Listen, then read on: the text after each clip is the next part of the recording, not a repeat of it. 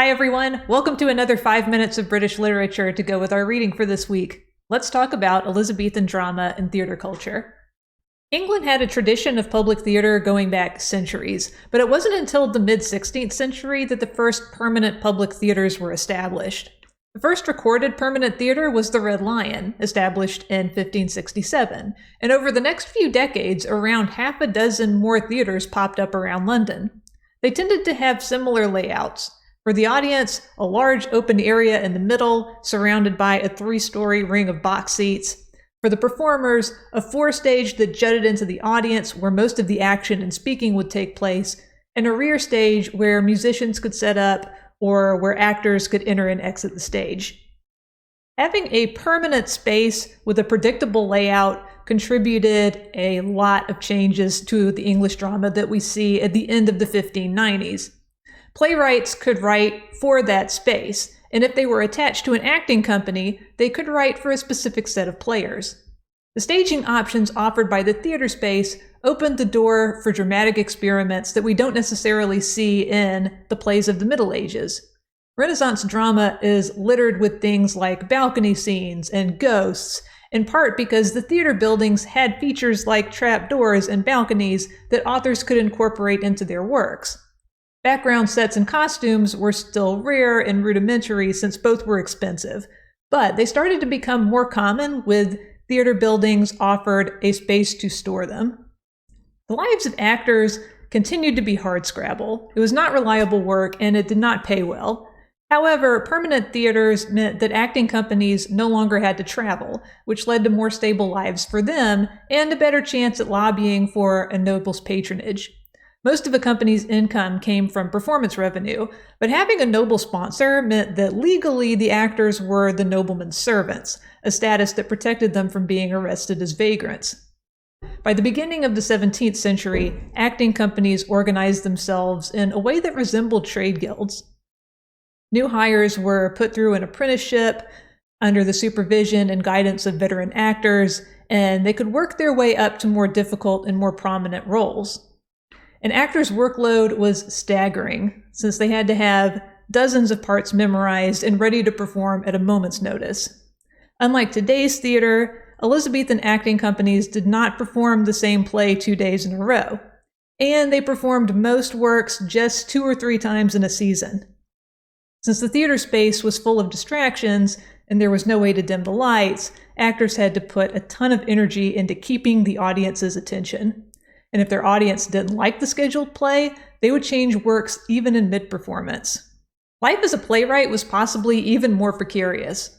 Generally, a playwright contracted with an acting troupe to produce a set number of plays, collected the price of a play in increments during the writing period, and then received the revenue for the 3rd night that the play was performed, if the play survived that long. A typical playwright would produce 1 or 2 plays a year, 3 if he was a fast worker. So many playwrights of this period collaborated with fellow authors to increase their productivity. It was not unusual for a play to have multiple authors, and even when they didn't collaborate as equals, playwrights frequently revised and edited each other's work after a company had purchased it. After the sale, the play was the property of the company, and the playwright no longer had any rights to his work. Playwriting was not glamorous work, and playwrights were not glamorous people. They were usually men of middle-class backgrounds who possessed a little education and a lot of moxie. Christopher Marlowe graduated from Cambridge and then went off the grid for a few years, possibly as a spy for the crown. He died in a bar fight in 1593 at the height of his career. William Shakespeare left his family to chase a career in the London theatre, and he was one of the few playwrights who acted to supplement his income.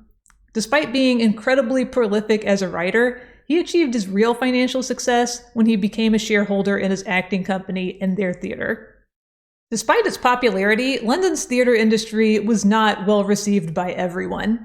Some clergymen complained that the theater interfered with people's church attendance, and eventually they persuaded the Privy Council to ban performances on Sundays so that the church would not have to compete with the theater for audiences. Some critics argued that the theater promoted vice and dissolution, especially in the youth. The theater supposedly lured them away from work and learning and prayer and sucked them into a world of artifice and fantasy and idleness. Other critics accused the theaters of being a public nuisance. And this criticism was not wrong. On good days, theater crowds generated a lot of noise and traffic and trash. On bad days, they also spread disease and attracted criminals. The theater had enough of a bad reputation that theater owners had to locate their playhouses outside of city limits, where it was easier for them to acquire land and to escape the notice of the local authorities. Nonetheless, theater was wildly popular among the English public in the 16th and 17th centuries. By the end of the 16th century, commercial public theater was a large, organized, profitable segment of England's public entertainment industry.